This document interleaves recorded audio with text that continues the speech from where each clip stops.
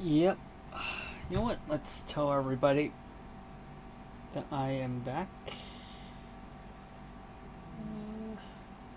I think everyone's gonna get like a message or an alert if Susan is particularly charitable today. We might see some people that have been actually alerted to this live stream. Oh, yeah, we see activity. Great. So, notifications did go out. Hello, everybody. This is, so, first of all, just to state for the record, I'm not ending this series. But rather, I'm just, this would be the last time I'm doing, it in this format. So with this, the W word, the Windows PC, and then Microsoft Edge, I'm going to have a slightly different setup, which is going to be better than what I have right now. Certainly not going to be just me looking through an Edge browser. But yeah, how you people do? I guess it's pretty fun out there. Hello, how you do? Thanks for sticking with me over the past couple of weeks while I've had a bit of a mental health break. I do feel that I need to take a step back from just producing content, being on the internet in general. I don't feel like being just like too much internet, too much Twitter, too much head blowing up. So, just to answer a question, I'm moving to San Francisco. But yeah. So, this is going to be the final live stream, so I'm going to have to catch a flight within the week. So, this will be the last one. This will be the last show I'm doing here. So, yeah. I'm just going to, again, I'm going to answer all of your questions, if you have any of them for me. And I'm just going to take a look at things. Hello, Susan. Hi, everybody. Sorry, James, I didn't get back to you because, I was dealing with something privately. So I literally do not have, like, the energy to do anything other than exactly what's in my private life. So I do hope that you can find it in your heart to forgive me for just going off the radar on you. But yeah, I feel a little bit better now. I honestly feel a little bit better. I have a crap ton of plans for what's going to happen in the fall. We're going to have a new format, so icon videos are going to look different. They're going to be just a completely different type of video. Of course, I'm going to still do memes. But they'll be right alongside this new format videos I can't wait to show you. And I have a lot of fun things as well. So you're going to be seeing some hardware. You're going to be seeing, well, not the type of product review, not the type of video, but more of, I don't know, I dare say entertainment, education, whatever. I'm pretty sure there's like 5 different educational YouTubers who've trademarked the term I was going to use. But yeah, speaking of which, has anyone seen Parker Ortolani's mock-ups? He's like this BuzzFeed, I think. I don't know if he works at Apple, but he definitely works at BuzzFeed. No, yeah, he probably doesn't work at Apple. But yeah, he's a big Apple fan, of course. And yeah, what he does is that sometimes he uploads product mock-ups. Sometimes he just uploads these new concepts. So there's this basically what he's done over the past week is that he's been uploading mock-ups of various new Apple products running macOS, classic macOS, but this looks like macOS 10 regardless. So this is the Power Watch, which obviously is Power Mac plus Apple Watch, or Power Book in this case, or supercomputer, yep, with the 1995 font, and then the horrible oversized traffic lights Oh, that's fun. And then there's the Newton phone. I don't know. It's like Newton phone, but it's in full color. And it has a proper menu bar and everything. Well, there's this bottom kind of a Newton bar. I forgot the name for that. But yeah, it has no menu bar. All it has is the bottom bar here, and it's in full color. Nobody uses this in full color, alright? The Newtons never had a color display, if you aren't familiar with those, and then it's probably hailed by, I think a subculture of people. It's like, oh yeah, it's the precursor to iPhone. It's like, oh yeah, PDAs are also precursors to iPad, so I think, well, it isn't false, but I just think it's a pretty loose comparison.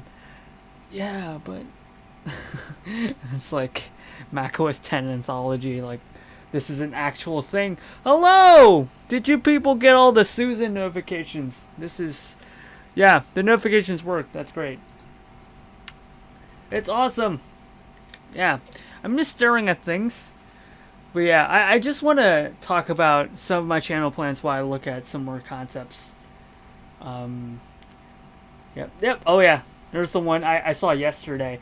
I don't really use my Twitter all that much anymore. I think, well, you guys are great. A lot of Apple Twitter is great, but there's this like small percentage of people that I just cannot deal with on Twitter. I don't know if you guys have a similar experience, but like there's always like a very small group of people that's like extremely mean on Twitter. Hello, Yuri Tech, how are you? A couple of faces that I recognize. Yeah, but I just couldn't deal with like some of the Twitter discourse. I wouldn't say a lot, but some of it. Let's see. Yep. That's basically it. Yeah, and then there's iPod. Great. So yeah, have you people bought the Magsafe battery pack? I just want to know, anyone? Well, first of all, you have to have an iPhone 12.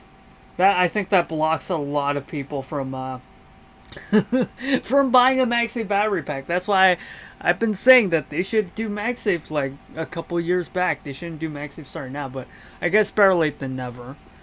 But there's this Magsafe battery pack, of course, in case if you're not clued in as to what the Magsafe battery pack is. Basically, it's just a battery that snaps onto the back of the iPhone, right? Kind of like the other Magsafe accessories. But the difference is that this is an actual battery pack. So it can charge the phone, and also the phone can charge the pack. And, of course, it replaces the battery case. So you do have to, like, if you want, like, case and battery, you have to buy case and battery. You can't buy a one-size-fits-all method. But I guess, you know, the old battery case is just a way for it to stick on top of the iPhone. Right, because there's no magnets to hold it together. It has to be some sort of attachment to like attach it to the iPhone. So they're like, oh yeah, why not build a case around it? But right now, yeah, you can very feasibly use it without a case like that. I don't think you're supposed to use it with a case. Look at that. There's like no product image where it's like, oh yeah, there's oh yeah, here's what it looks like with a case. But you can use it with a case, no problem. I did a video on that earlier. Yeah, I hope to like do more of these videos. But more like just a little bit better. I think I'm still not too happy about like the quality of it. I've said most things, but I probably, yeah, that's what I'll be working on when I get back to San Francisco. It's like, yeah, it's just space constraints and a lot of that. And also just a lot of things. Like, I really want to tell you guys about exactly what I'm working on right now, but I cannot, alright? I have, like, NDAs, I have, like, agreements with people to not tell people in public what that is, so you'll see it when you see it. James Decides asks, have you seen the third-party versions of the battery pack that were released prior to the official one? Yeah, I saw them. There's a Anchor model. I think there's one from Native Union as well. Let's see, Magsafe external battery. Because you can't charge, you can't search Magsafe battery pack because it would just show you the official Apple one. Let's see, Magsafe external battery. Yeah, this is kind of a mock-up. Yeah, but there's one from Anchor. This is from a company called Oisel. Oyao. Don't know how to pronounce it. But yeah, it's $600 Hong Kong, which is around $75. I mean, I'll just rather have the official Apple one with the integration. It's the ecosystem thing. And then we also have this one from Charge Fast 5,000 milliamp hour battery. I don't know how many watt hours there are, so I can't tell you if it's good. But capacity wise, I think it's yeah.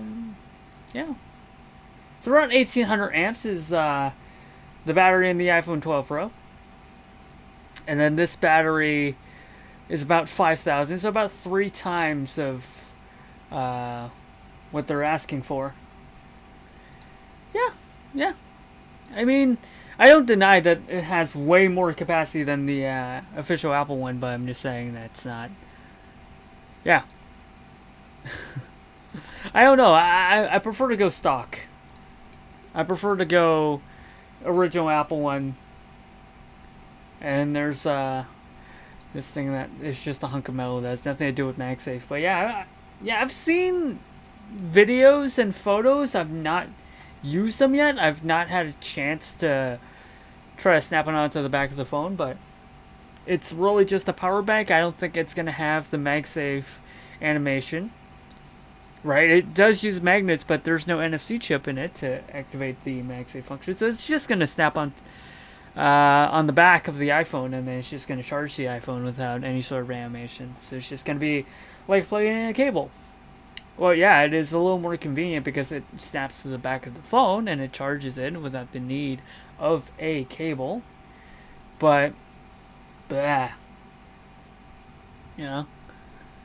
It's just, it's not like, I think it's going to be more useful if you're one of those people that don't care about like flashing animations or like two-way charging, because let's be real, you're not going to be able to like two-way charge this thing. There's no reverse wireless charging, and all the chips, all the schematics are in Apple's hands. You're not, if you're a third-party vendor, you're not going to be able to kind of like hack the phone, which is one of the only times that the word hack is used appropriately. Let's see. Oh yeah, this does not look real because this is way too compact. But yeah, as you can see, yeah, there's a charging port. So you do have to plug it in. Yeah, because there's no way to force the iPhone to reverse wirelessly charge. That will not come this generation. Alright, let's be real. So yeah, that's the MagSafe battery pack. It's not great. Honestly, it's not awesome.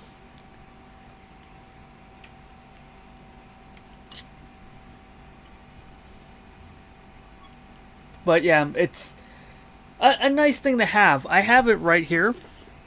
In fact, I'm holding it right now. It's pretty nice, right? It's, you know, as battery packs go, it is kind of light. But that also means that the battery capacity is not going to be, you know, very, very usable, very large at all. But yeah, it's going to, I think it has barely enough juice if you turn on low power mode, yeah. As I've talked about in that video that I've made, which all of you should go watch right now. But yeah, it's not gonna charge your phone all the way to 100. Hello, Chonji. It's been a while. iPhone 13 might be a good one. Well, if it has 120 hertz, day one. All right, it's great. Now I like. I'll be real with you all. Like, I have better financial flexibility, so I can, you know, feasibly afford more gear. iPhone 13, it is quite the enticing buy if it manages to deliver 120 hertz and then adds a couple of useful features. Yeah, I'll definitely be looking at the iPhone 13 for just 120 hertz alone. I've loved it since I got the 2018 iPad Pro in 2019. I didn't get it during launch. But yeah, I got it down the line because I'm still using the old 13-inch iPad Pro, the original Chunkster from 2015. Let's see. Mr. Mason says, the Mr. Mason. Wow, you are amazing. My expectations were set too high. The leak showed as if it were sized like the Magsafe wallet. So kind of like that, right? But Magsafe wallet is smaller than this, right? Because, okay, this is the iPhone 12 Pro, right? It has the blue color, right? There's a bit of a gap. Let's take a look at the official photo. Alright, same phone, but less of a gap, so it's larger. So it's larger than the Magsafe wallet, yet it's still disappointing. I don't know what that means about rumors in general. Well, mock-ups, well, it's not based in reality. It's just based on, like, what an artist thinks. So, like, if you go to, like, Ian Zelbo's renders, which dude is just constantly pumping out amazing things. Yeah, I'm just looking for renders. I don't know how much of this is based in reality. Like, if this is, like, engineering-wise possible. But, like, it just has to be like, oh, yeah, this is what I think this is going to look like, which is fine for a concept, but I don't know. But, yeah, I think it would be better if it charges all the way without using some hacked-together method like low-power mode. I think, like, being only 90% is disappointing, and, yeah, that's, like, optimally 90%. A lot of people like couldn't get it to charge, which I find to be a little ludicrous. I'm just saying, like, yeah, MagSafe, you can't use the full power MagSafe, right? It doesn't operate at 12 watts. I don't think it operates at 12 watts. I think it operates at 10, right? Let's see, up to 15.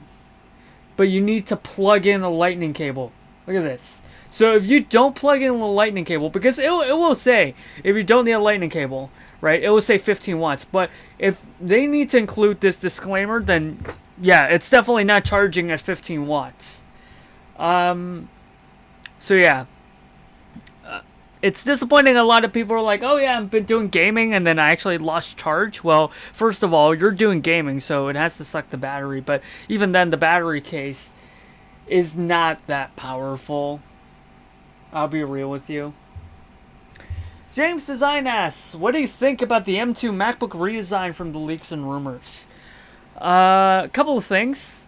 First of all, plausibility. Like, will this be happening? Sure, basically yes.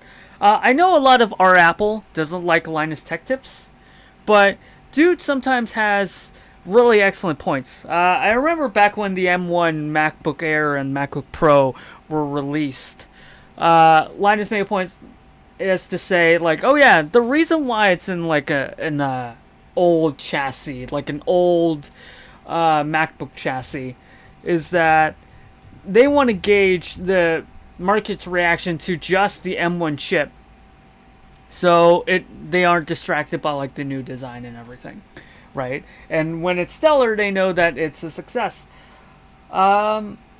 So yeah, definitely, I think they'll redesign it. I think the M series processors, the Apple Silicon processors, open up really a lot of flexibility in like thermals and like battery. I think there's gonna be a MacBook model where like the battery life is gonna, well, it's not gonna be bigger, but they'll try to optimize it so it uses less battery, so it's a little lighter. And they can make the chassis a little more compact, and then it can stuff things like a speaker or like a neural engine or like 5 million different ports. Whatever they decide to put in there, you do have to like fight for space in a laptop form factor, right? Especially in a laptop this thin. So yeah, they'll definitely redesign. They'll definitely try new things. They'll definitely experiment, kind of like the new iMac. I do think that the old design is purely there just so Apple can kind of test the waters with the M1 chip itself. Also, the M2. I don't know, right? You guys are all Apple fans, right? I know I've been uploading a bunch of Windows memes, so I think we have a bunch of Windows fans as well. Or you might be both a Mac OS and a Windows fan, and you like iOS and you like Android, right? That's totally cool. If you bully these people, I think you're a loser, right? Let people enjoy things. But I digress, right? If you've been locked into like how Apple releases their iOS devices, I want to bring your attention to this chart, which is why I don't think that the MacBook Pro is going to have M2 processors. Let me show you. All right, just let me show you. All right, this is all you need. Right? See how the A5X is for like the iPad, right? It's designed for the iPad. This is designed for the iPhone, right? Now you might be saying, well, yeah, this is on the original iPad and the iPad too, but they've switched the formula around. So beginning with the A5X, right? So A6, they go on the iPhone. A6X, they go on the iPad, right? And the A7, they go on both the iPhone and iPad. And then they go back to the iPad Air 2, and then the iPad Pro, and then the iPad Pro second generation, and then you have iPad Pro 3, all of that, right? I think of the M1, which is basically the A14 offshoot. So I don't get why Apple would suddenly pivot back to like, hey, guess what? We're just going to stick with the original A9. Because guess what? Nobody's going to pay $1,000 extra if the chip is the same. It has to have some sort of benefit to it. And that doesn't mean like 7-core, 8-core thing.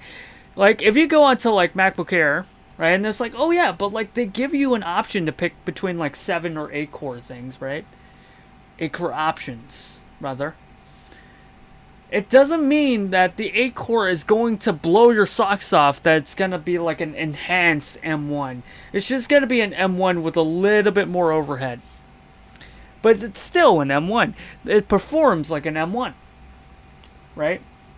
So it's going to be M1X, right? Kind of like what this chart says. And then when the new MacBook Airs come in, M2, and then the better version of M2 for, the second generation of Apple Silicon MacBook Pros, the 14 and 16 inch. Do you think it'll have white bezels and be colorful like Ian and John showed, John being John Prosser? Yeah. I think they're going to try new things. I think it's a possibility. I can't say for sure, right? Of course, I don't have any sources. But, yeah, they're willing to try new things like the iMac, right? Which they kind of broke away from after all those years of just having like black bezels, right? It's since 2008 they've had like black bezels and then like one silver aluminum design. So with the iMac, they're really experimenting.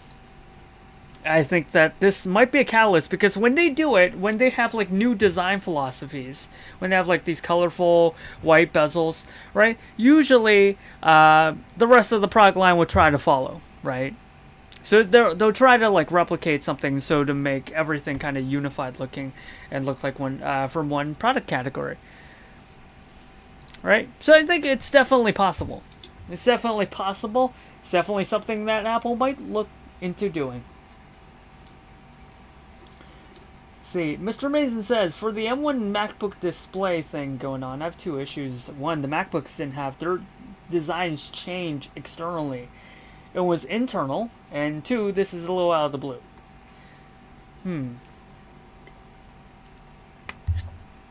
Well, first of all, let me feast your eyes on the polycarbonate MacBook. Alright, just to show you the polycarbonate. Alright, so this is very, very different than the 2016 MacBook Pros. So, I wouldn't say that it will never change. And I'm not saying that will necessarily change by this generation, maybe next generation, maybe a couple years down the line. Right? But, it's going to change, and I think the M series is going to help. And then it's a little out of the blue. Well, yeah, I don't think that... Well, I think a lot of us expected that the iMac is going to be a little bit more, like, subdued and a little bit less redesign, more of like an incremental update as opposed to like this like really colorful, crazy design. So yeah, definitely it's gotta be a shock. But if Apple is willing to do this for the iMac, I can see it for other products. I just say that.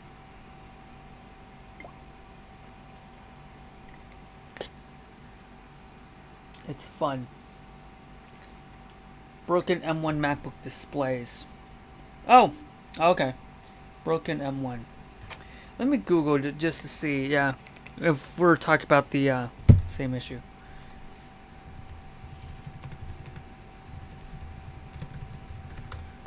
Let's see. Screen cracks occurring during normal usage. Oh, yeah, right. That is just a build quality problem, dude. That's just a build quality problem. That's not like an M1 processor problem. That's like a batch issue. Like, oh yeah, the display process that they use is wrong, right? It's kind of a misnomer. Ah, I see. Okay. All right. Yeah, M1 cracked for no apparent reason.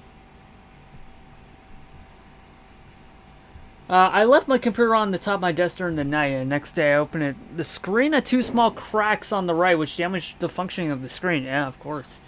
I contacted an authorized Apple center, which told me Apple warranty would not cover it, as a contact point crack, as if I've left something the size of a riceberry between the screen and the keyboard.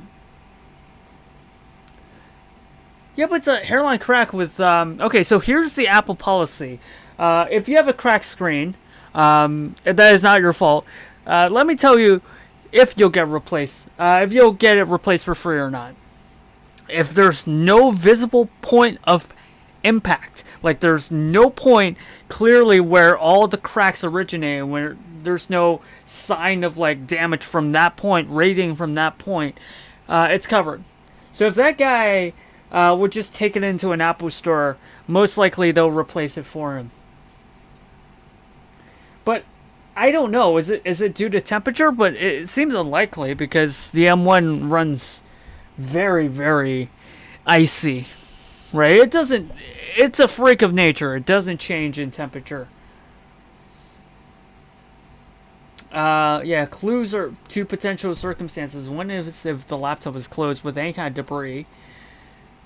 Yeah, screen flexing is the close opener carried. Have you seen how people use their laptops? I'm not saying that he's doing it, but I'm just saying these, like a lot of people, alright, okay, that's a little unfair to say that it's him, but a lot of people just kind of like slap displays down, right, and then they throw it in a bag, right, and then they have like keyboard covers, which, as you guys might know, keyboard covers are not a good idea. Even though they keep dust out, I know, but just don't use it when you close it.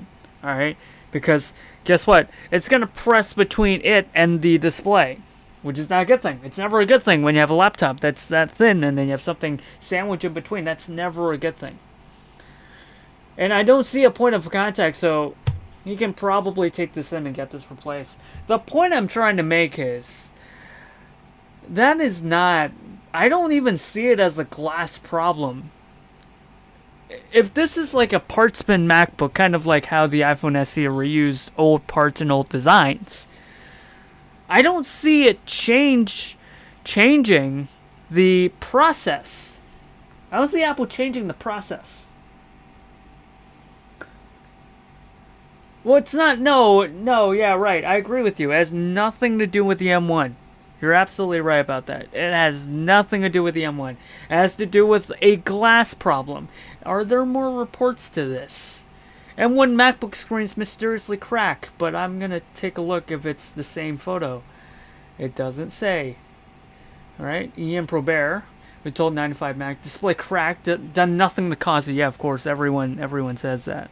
No, it done nothing to cause it. Well, it could be negligence, like he just didn't take care of it properly. Because I couldn't see it right. Usually temperature, something stuck between the screen. It has nothing to do with the hardware. This is not like a download more RAM situation, of course.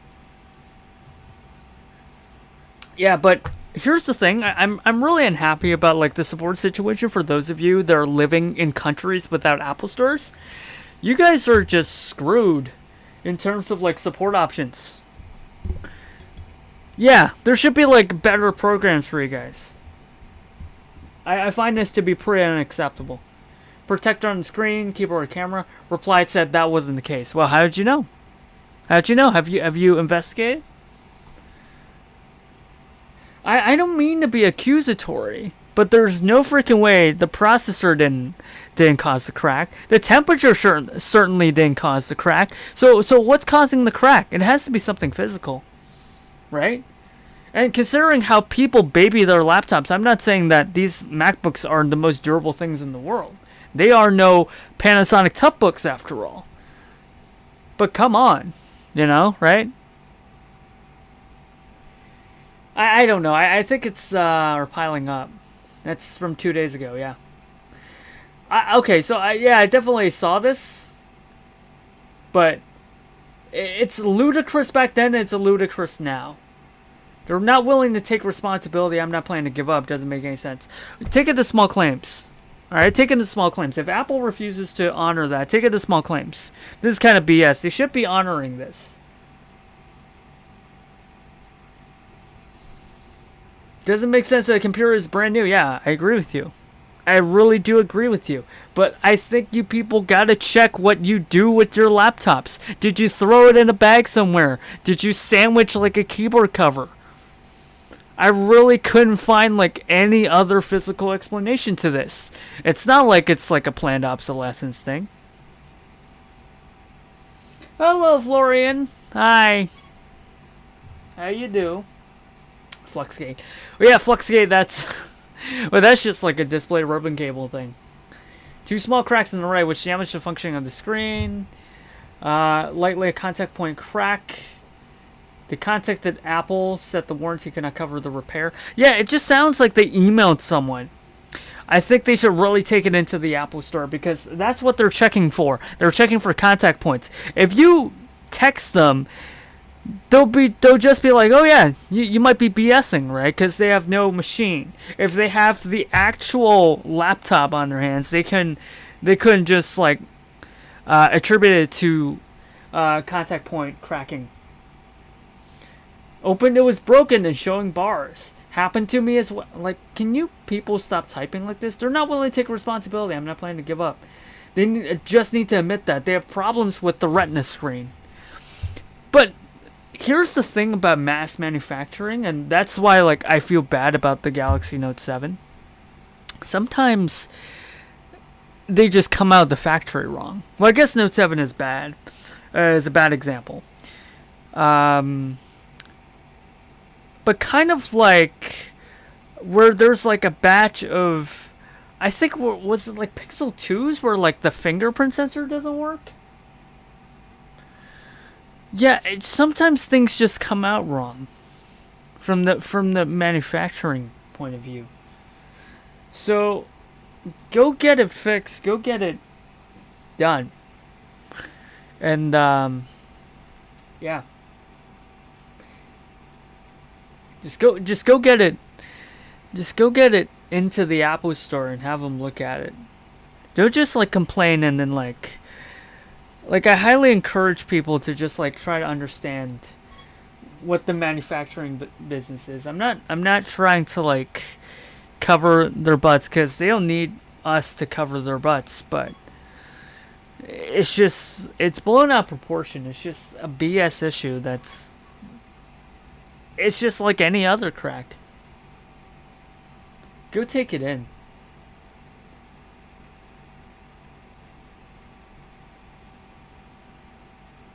There's always been manufacturing issues. Sometimes the phones refuse to charge. Sometimes, the battery straight up didn't work properly. Like in the iPhone 6s. That's why that battery gate situation existed in the first place. Right? The iPhone 7, some jet black models came pre-scratched. Right? The iPhone 8, sometimes the camera doesn't work. And then spicy pillowing the entire display off the iPhone 8. I made a video back then in 2017. So there's got to be issues. It's not like Bengate, right? Or like Slate, where basically every other phone has paint chipping off.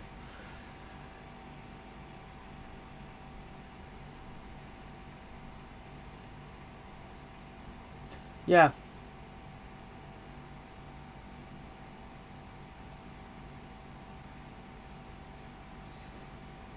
Yeah. Yeah. Things do happen. Things do happen. I don't know. Just take care of your laptops, guys, and my DMs are always open if you want to Discord DM me, and you have like a warranty situation. I'll help you take a look, and we'll see what kind of options. A lot of the times when it's not your fault, you can get it fixed for free. All right. If you want help with that, I'll take a look at that for you. Oh, really? You guys don't have like your school? Okay. Mason says our school doesn't have an edu email address. I'll gladly give you mine. if you need like a discount, I'll see what I can do. All right, how about that? But I don't know. It's probably in the U.S., so it's kind of hard. But yeah, okay. Before I go, there's like 15, 20 minutes down the line. Yeah, I'm just gonna. Do you guys watch Polymatter at all? Because I do want to show you a Polymatter video.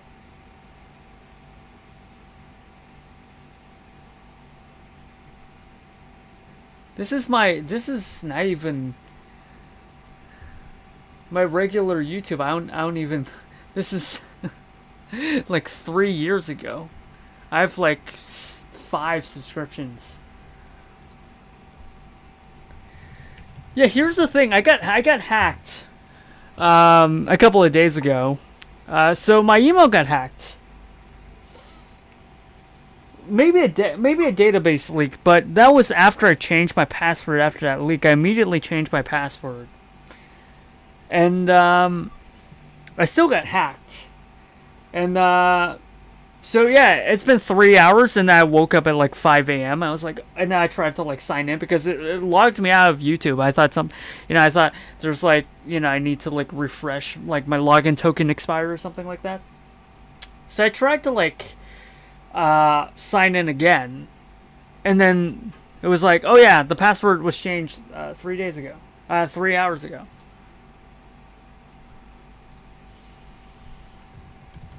So I was like, okay, shoot, I gotta like change it to like a different email address.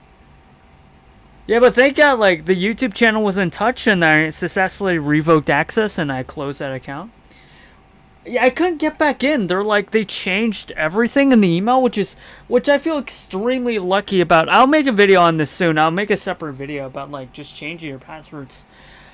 But yeah, I couldn't log back in, and then the backup email was changed. The security questions were changed, and I just couldn't log back in.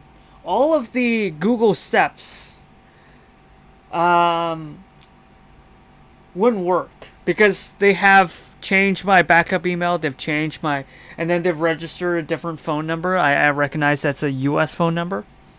They've changed everything. Yeah. So yeah, I got that back now. Let's see. Okay, my desktop audio is off, so I can play this in the background. Yeah, like I really love this video because this is what it's like. Yeah, I do with two-factor authentication with a different account, but here's the thing. My version of Legacy, that was a Yahoo account. That was like back in like 06 where I created that email account. There was no 2FA back then, and there's still no 2FA now. And I kind of regret like dragging my feet off because now like it got hacked, but I lost nothing, of course. I lost nothing, right? I haven't used that email in ages. The only application I have for that email was my YouTube account. And that's fixed now, right? You can still watch all my videos, right? Nothing has changed, right? My titles are still there. My tags are still there. My thumbnails are still there. There was no 2FA back. It was in 2005, all right? There was no 2FA back then, right? 2FA was really a thing around like 2009, 2010, that sort of thing. 2005, there was no 2FA, all right? You're supposed to like remember your password. And then they never updated to have 2FA, which is like a huge security hole, which is probably the reason why.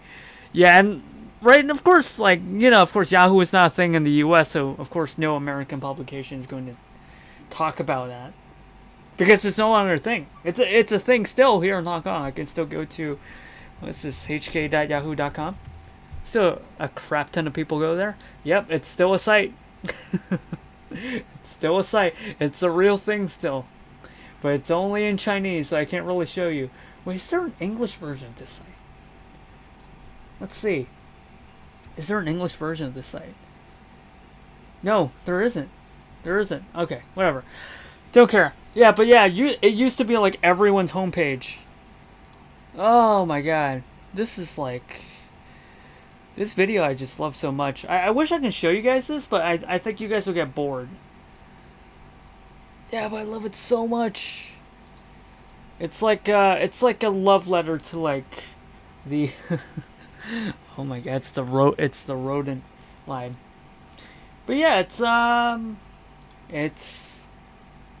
a love letter to the MTR, which is our metro thing, and then it's like, yeah, it blows my freaking mind. Yeah, there's like a surplus, which like, yeah, take that. I use Muni, and I use BART when I'm in San Francisco. They do not compare. All right, that thing looks like it's haven't been cleaned in 15 years, and it costs like $3 for like 2 stops. I know what 2 stops in Hong Kong costs. It's like what? Like 30 cents. Well, not 30 cents. Maybe like 60 cents. 30 cents was when I was a kid. Yeah. And then the Clipper card, barely you have Apple Pay, but we have this thing called the Octopus card, which is basically a Clipper card. Like, you load up money in there, and then, you use it to get through the gates. And then, of course, this is the IFC Mall Apple Store, which I visited earlier. Yeah. Oh my god, I love this video so much. I will show this one day, but I feel like this is only appropriate to show right now. Let's see, can I? Is there like, yep, there it is. Right, so I don't have to, yeah, that's like 6 million people take the MTR. I'm reading your questions right now, but I just want to like, enjoy this video. This is like 60 cents, and then you can like train hop, because this is basically, it goes everywhere. I don't know, I just feel like playing this. Oh, right, this is the stop. I might as well talk about this. Exit A is to the mall. It's called APM. What APM has is an Apple store, one of the largest in Hong Kong, right? And yeah, I pass through this station all the time. It's called Kwun Tong Station, and whenever I need to make a video, exit A it is, right? This is the Apple store that's closest to my home. So yeah, I go through here. Yeah, it's profit. Look at this. It's like all the way upstairs, and it's like you only need to spend $6. Guess what? That's how much it costs for like 20 miles. Well, not even 20 miles. I think like 2 to 3 miles with BART. So yeah, it makes all its money back. And then they're like, oh yeah, I should totally, yeah, cut the price. But yeah, let's see. Google is pretty fast in logging notifications. Okay. When do you think we'll see more Macs? I think it'll at least be October. Wasn't there a report on September? MacBook Pros? Let's see. MacBook Pro 2021. Oh yeah, there's like a gas problem, which is like, let's see, coming in 2021. When is Apple releasing a new MacBook Pro? Didn't they say September? Ming-Chi Kuo. When? Third quarter, suggesting a launch September. Third calendar quarter, I believe. Yeah. Backbone of this rumor, ongoing chip shortage affecting the entire industry, intended to release the 14, 16-inch MacBook Pros. It's battling these shortages, yeah. Right? So I think September. Oh yeah, you can train hop. So yeah, you guys know who Donglebook is? He's a good friend of mine. Yeah, here's the thing. Like, sometimes like I go old device shopping, so I'll pick up like an old iPod, right? And he collects all sorts of devices. right? So sometimes I was like, oh yeah, Dongle, do you need like an iPod? And then he's like, okay, sure. I was like, okay, I'll just cross the street with my own 2 legs, like right from the MTR. I can just like, oh yeah, there it is, the Apple Store. Look at that. But yeah, 15 minutes right there. I could just walk there, and I can go to the Apple Store and I can just go pick up a phone, because there's like physical locations where I can buy old Apple devices as opposed to eBay, which I'm gonna miss once I leave Hong Kong. I miss it.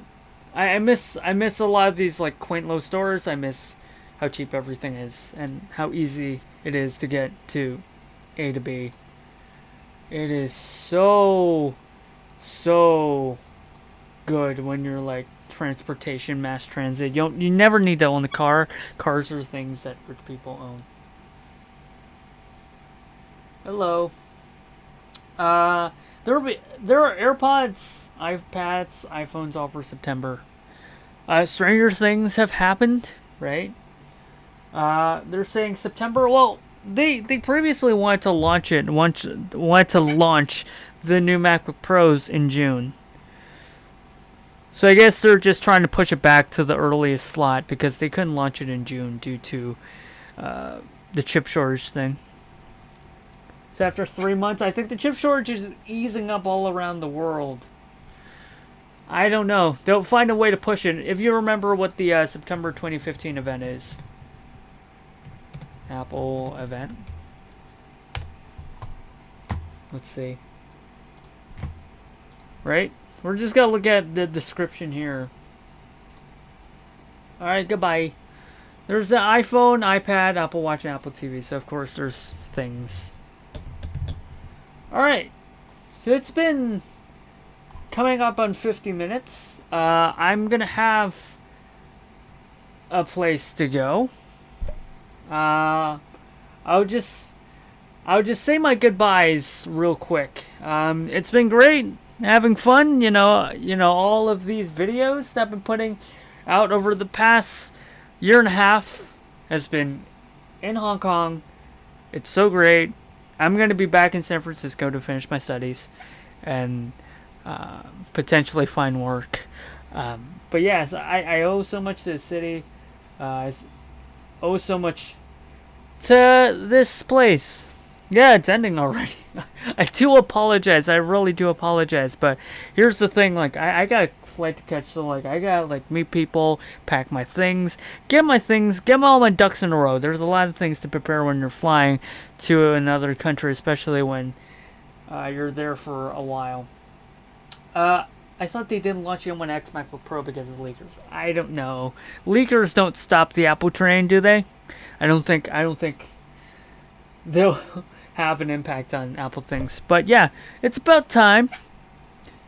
Yeah, because I really need to get going, and this is not a figure of speech. But yeah, check out the Discord and the channel. Right, a couple of new videos.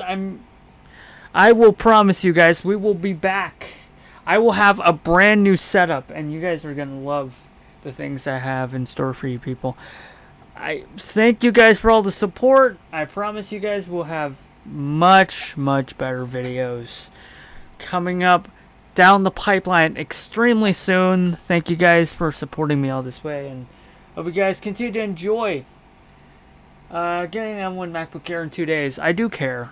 Yeah, you're going to have to teach me how to pronounce your name because I'm terrible with names. But yeah, congratulations on your new M1 MacBook Air. I do hope you enjoy it. But yeah, this will be it for now. I really have to get going. So I'm just going to take this opportunity to say thank you. Thank you to all of you guys. Thank you to this little city. And hopefully bigger and better things will be happening in San Francisco. And I hope you guys will be along for the ride. So this live stream is about there. If you want to talk to me, or if you want to ask me questions, or if you want to talk to other Icon fans, or just meme about Craig, go to the Discord.